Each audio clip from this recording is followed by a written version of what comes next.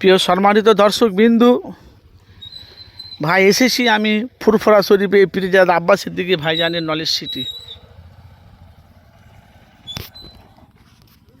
সেই চিত্র কিন্তু ভাই আমি আপনাদের কাছে সরাসরি তুলে ধরবো। আপনারা জানেন যে আমি মানুষের কাছে সত্যটা তুলে ধরি।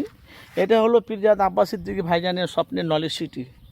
এই স্বপ্নের নলেজ সিটিটা করেছে নলেজ সিটি হয়েছে কিছু বিরোধী দলের হিংসা হচ্ছে। এই কারণে আব্বাস সিদ্দিকী 100 বিঘে এরিয়াটাকে কিনে এই নলেজ সিটিটা তৈরি করে ফেললো।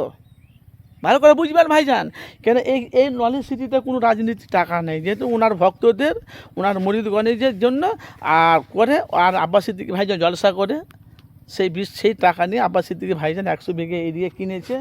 আপনারা 100 বিঘে এরিয়া যে নলেজ সিটিটা তৈরি করেছে।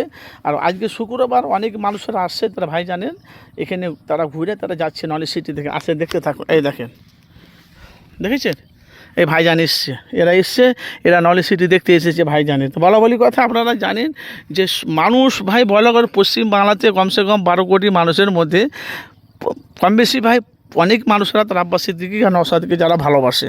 তো ভাই অবশ্যই আপনাদের মূল্যবান মতামত জানাবেন। এটা হলো নলেজ সিটি আব্বাস সিদ্দিকী ভাইজান করেছে পীর আবু বাক্কারের নামে।